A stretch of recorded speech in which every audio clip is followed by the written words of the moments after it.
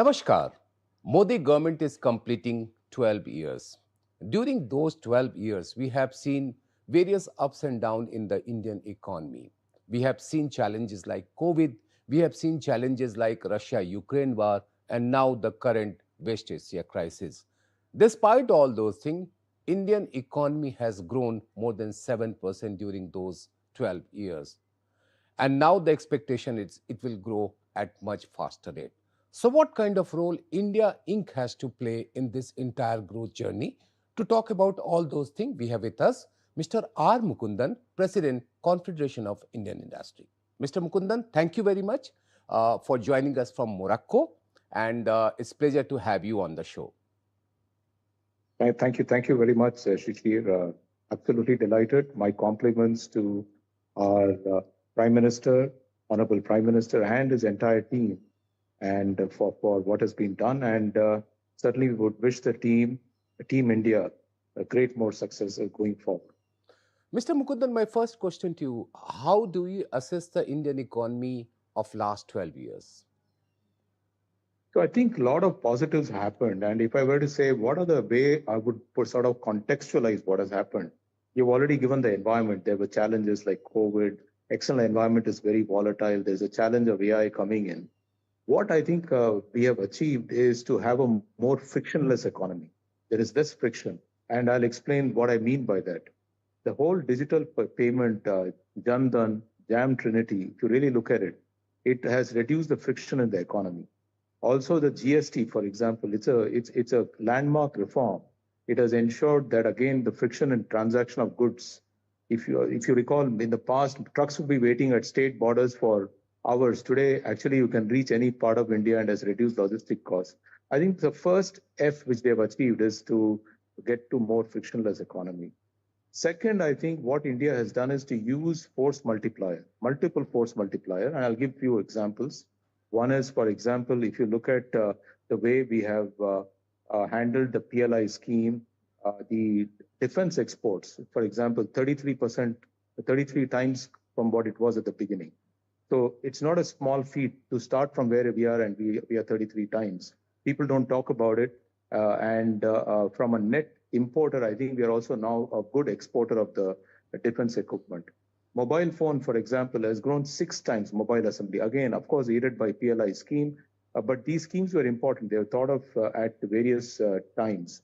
And various other elements of reforms were carried through, in my view. For example, the labor codes, the issue related to Bharat Mala Pariyojana, the Sagar Mala Pariyojana for logistics, PM Mudra Yojana, all these were parts of what I would call force multiplier. Add to that what Udan scheme did for air transport. Add to that what Smart City Mission has done to over 7,500 projects have been implemented with an outlay of 1.5 lakh crore. So all these adds up to what I would call the second part of the story, which is force multiplier. The third I would call is a factor social stability. I think while we do all this, if social stability is not there, it is not going to be good for any economy. I think, for example, several elements, PM Kisan Yojana, where almost 4 lakh or 4.1 lakh crores were transferred directly to farmer benefit. PM Awas Yojana, which is fundamentally over 4 crore houses have been sanctioned or constructed. So, and look at railway, for example, for the common man, Vande Bharat, 164 Vande Bharat services operationalized already, and more coming in the way. And when I say social stability, it also has some business elements to it. For example, insolvency and bankruptcy code actually augurs well because it brings unproductive assets into productive economy, thus creating jobs. So again, that 12 lakh crores of stress at debt were resolved. I think in addition to these 3 broad areas which I explained, which is frictionless, force multiplier, and social stability, factor stability, social factor stability. There's one key theme the government has done in the last few years, looking at opening India and bringing India to the world and bringing world to India through free trade agreements, through trade integration. And this has certainly opened up new markets for us. That has allowed us to be resilient even when there were challenges on many, many fronts. Okay. For example, the India-UAE trade has already crossed 100 billion. Mm-hmm. Who would have thought UAE we would have 100 billion trade? Mm-hmm. And the ambitious targets which are being set for the India-UK deal, the India-EU deal, India-Australia deal also has been signed. New Zealand is in the works. In addition to that, I think the biggest of them all, the India-US deal, I think we are all working very hard to Okay. make it So happen. you have given a very comprehensive details about the economic activities, and if I just sum up the answer which you have given, all the three F has translated into what we call as the faster growth for the economy. Now coming to one big question, that how India Inc. is confident about making big investment in this fast process of economic growth.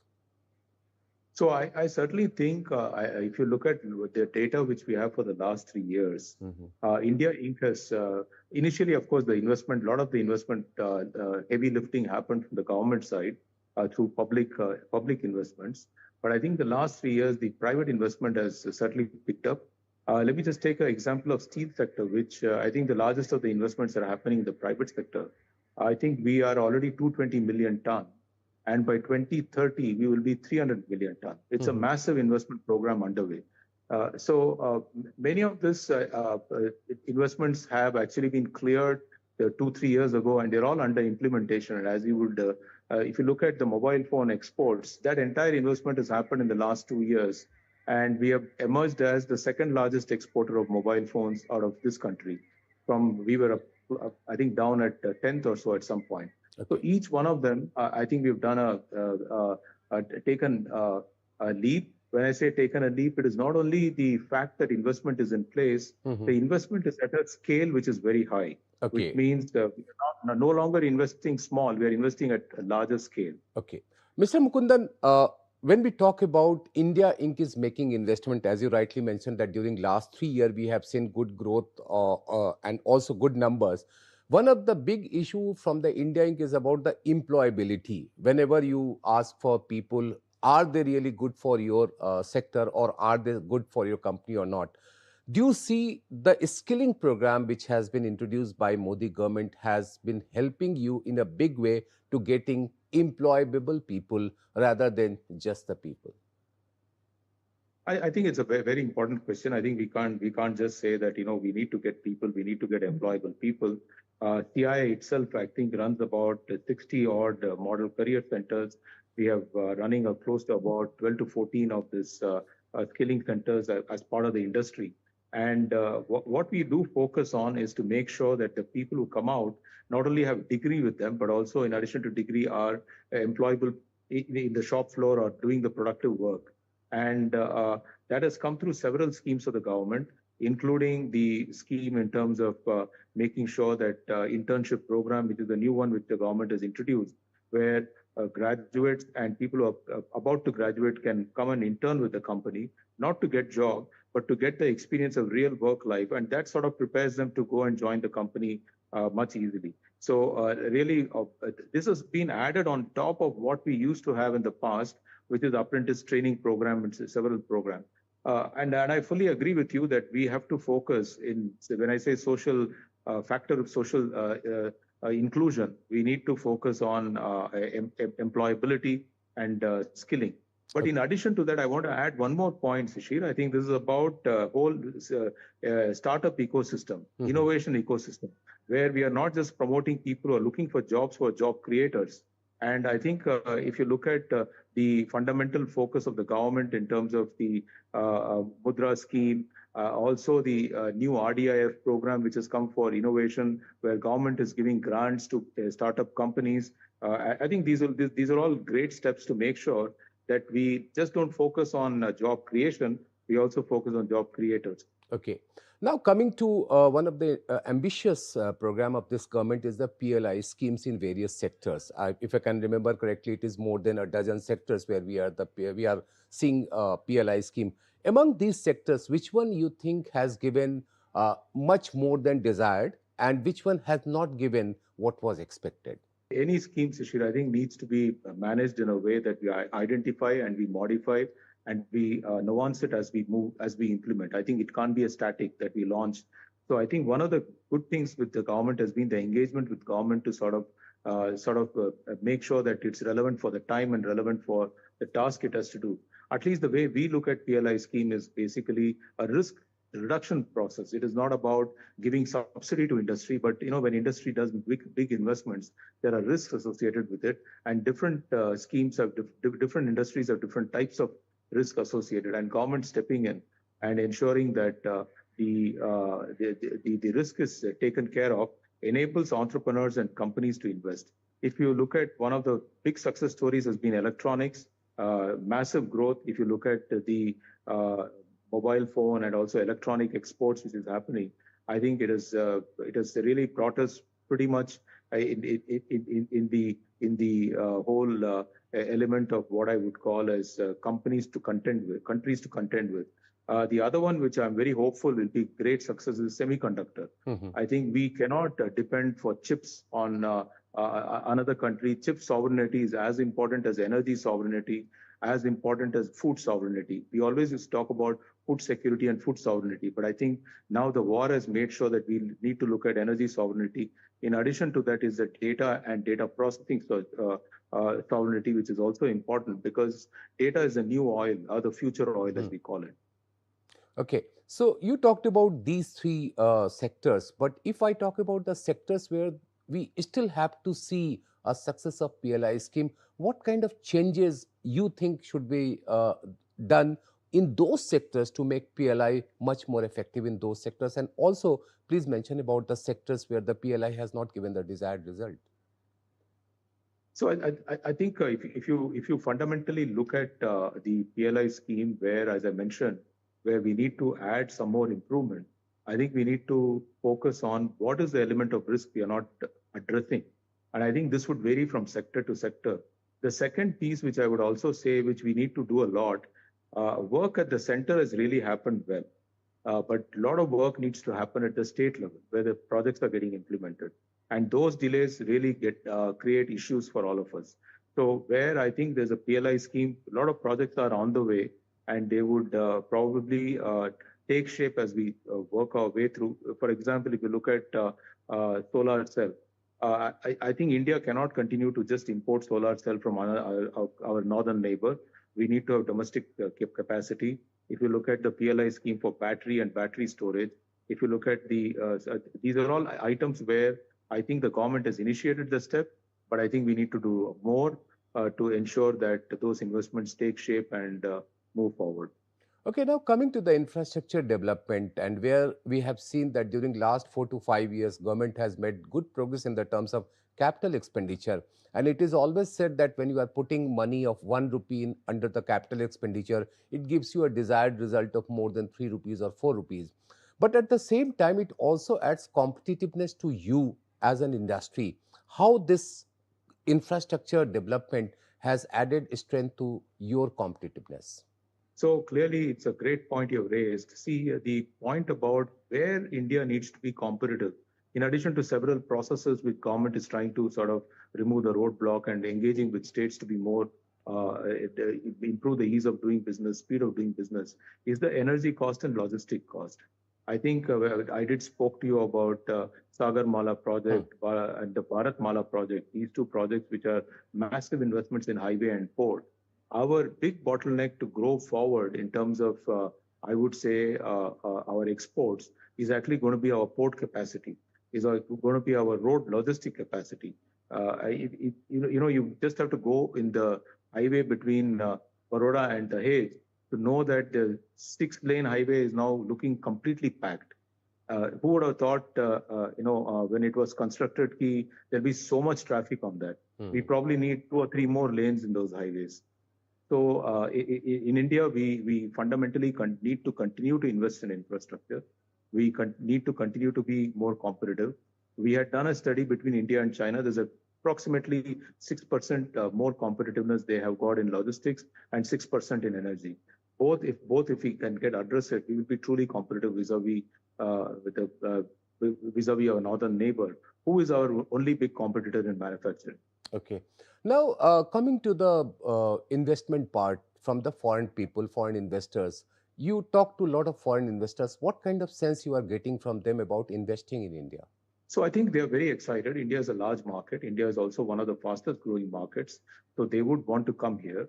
I think what we need to do for them is to sort of create a kind of a chauffeur service for them so that when they come in, somebody is able to take them through all the elements because every country is different nuance, different elements of how business is done.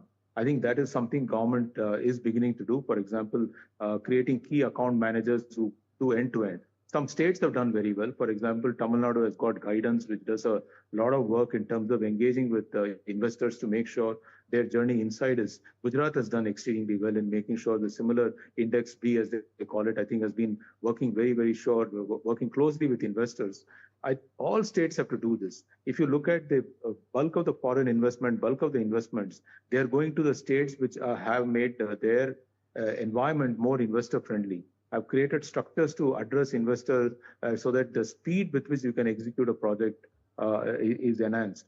So it is no longer at the center. We need to engage from the center with the states to create these structures so that when an investor comes, he or she feels welcomed and they're able to set up the project. And we should give them a helping hand because once the investment is in, the productive capital comes in and it also improves the competitiveness of our country.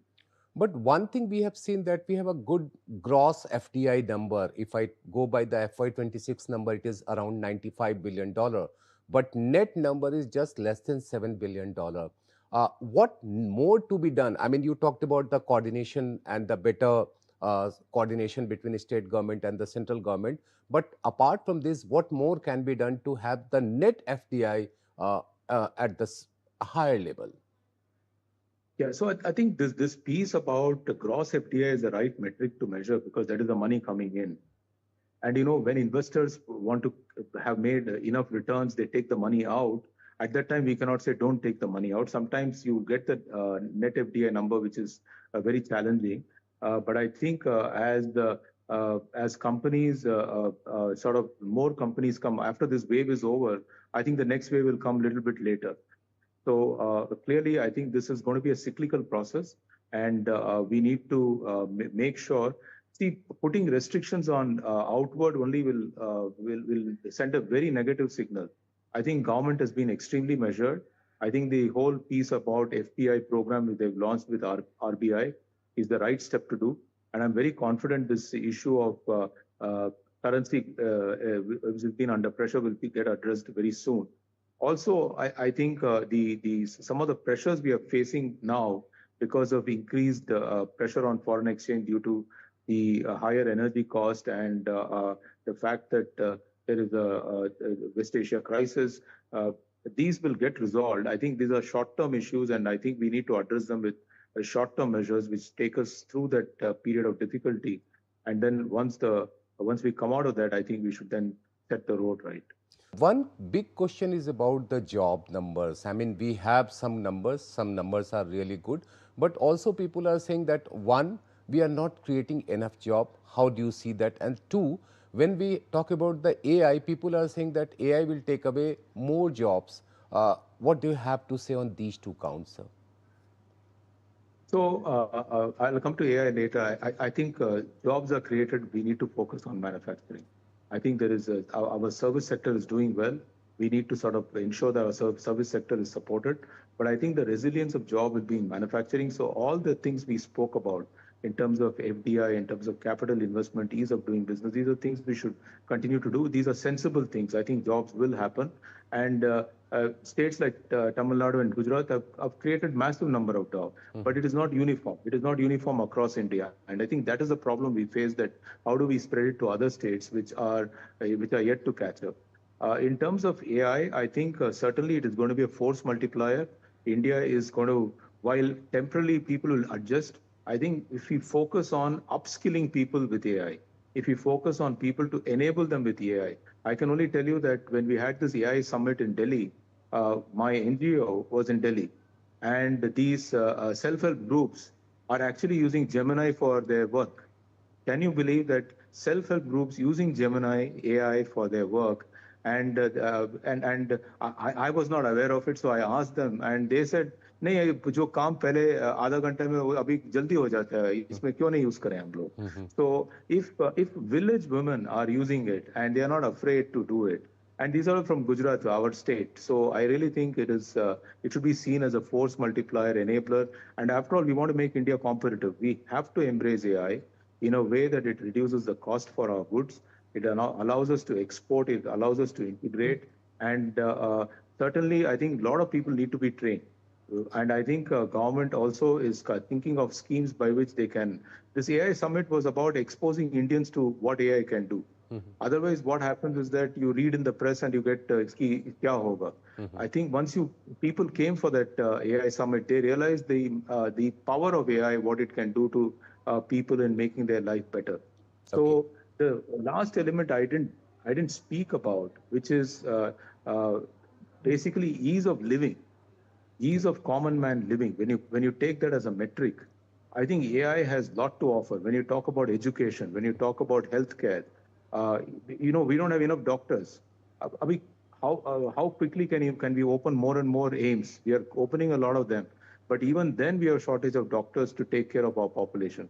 And AI will be the force multiplier which will enable people to get better access to healthcare. AI will be the force multiplier for better education. So I see this as an opportunity. Industry sees this as an opportunity. Of course, we need to work on our current workforce to upskill them. That is the responsibility of industry. That's the responsibility of all of us, all the stakeholders, the society, the government, and we'll all work together on. Okay. Now I'm coming to the last three questions. One is, of course, the current situation, which is the West Asia crisis. And why I'm bringing the West Asia crisis into the scenario, because we have set a target of Viksit Bharat by 2047. And for achieving that Viksit Bharat by 2047, we need to have a growth rate of almost 8% or more during the next 20 years. Then only we will be able to achieve that. Do you see that we need to readjust the entire mechanism for achieving Viksit Bharat, or do we need to extend the timeline for that? Extending timeline is one way of saying we will get there and keep changing the date. That is not the key issue. In my view, the key issue is if we remain focused on what we need to do, shocks will come. In fact, you started the entire discussion about the external shocks. I think we'll also come out of the shock much better. If you look at the growth during COVID was a negative growth. But when COVID finished, we bounced back with the highest growth ever possible. So I think it creates an opportunity. If you look at what a West Asia crisis has done, every company is looking at energy cost. Every company is trying to look at energy efficiency. Every company is trying to go to renewable and solar and wind. They're setting up projects. So obviously it has given a fillip in different direction.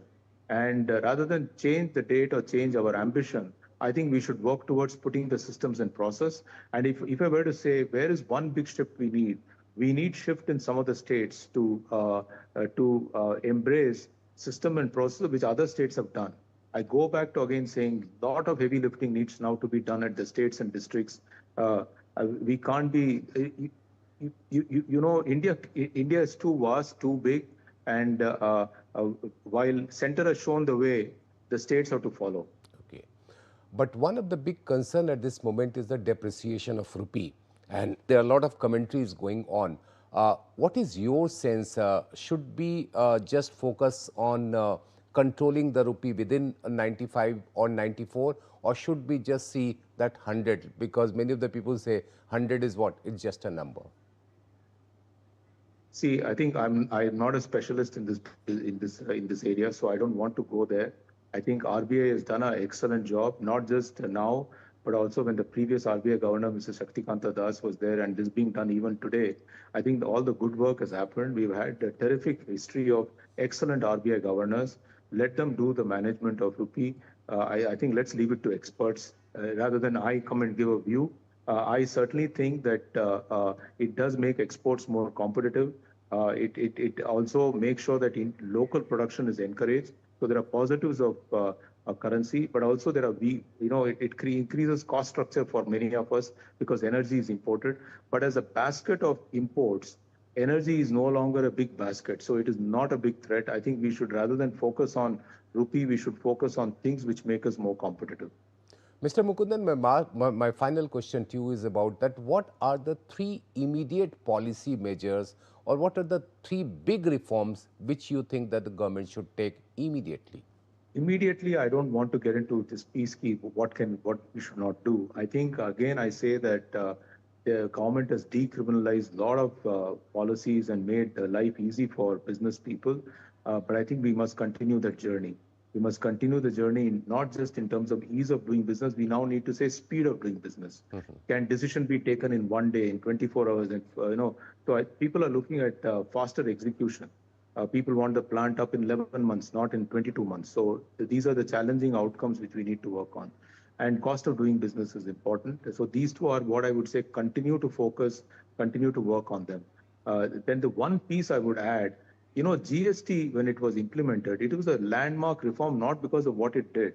It brought center and states together to agree on a policy together as one team. Now, if there are difficult reforms which we have to do, I think GST-like structure will help us. I want to compliment the government for implementing the labor code, but there are many other reforms the government has wanted to do, land reform, so many other reforms. I think we need GST-type council there, where states and centers sit together and they come to, because you see, even the state's future is dependent on their growth. They cannot say that no government can survive if it cannot deliver growth. So it is very important that states are brought in.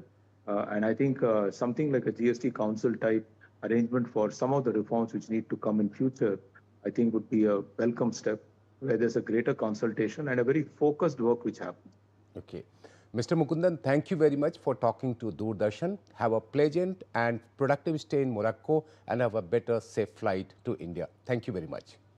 Thank you. Thank you so much.